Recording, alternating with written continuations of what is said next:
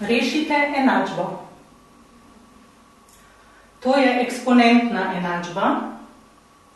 Najprej pogledamo, če so osnove vseh potenc enake.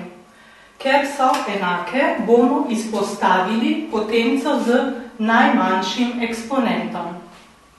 Eksponenti so x minus 1, x in x plus 1. Najmanjši eksponent je x minus 1. Torej izpostavimo 2 na x minus 1. V oklepaj pa napišemo preostali del izraza. Pri prvem členu smo izpostavili vse, zato nam v oklepaju ostane 1. Minus. Pri naslednjem členu nam ostane število 3 in še del potence.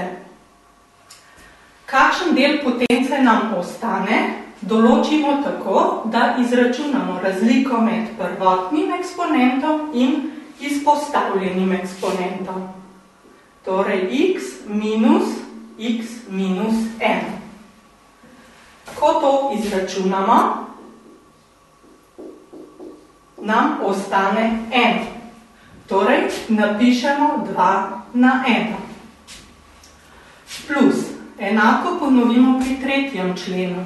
Ostane število 5 in spet izračunamo razliko med prvotnim in izpostavljenim eksponentom.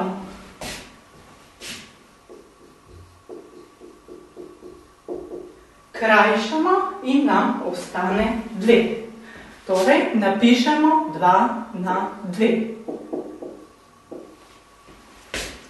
Sedaj izraz v oklepaju izračunamo. Pazimo na vrstni red računskih operacij. Potenciranje ima prednost pred množenjem. 1 minus 2 na 1 je 2, krat 3 je 6, plus 2 kvadrat je 4, krat 5 je 20. Člene v oklepaju sešejemo in odštejemo in dobimo 50 je enako 60. Enako delimo s 15. Na levi strani ostane 2 na 1, na desni pa 60 je 4. Število 4 lahko pišemo potenco 2 na kvadrat.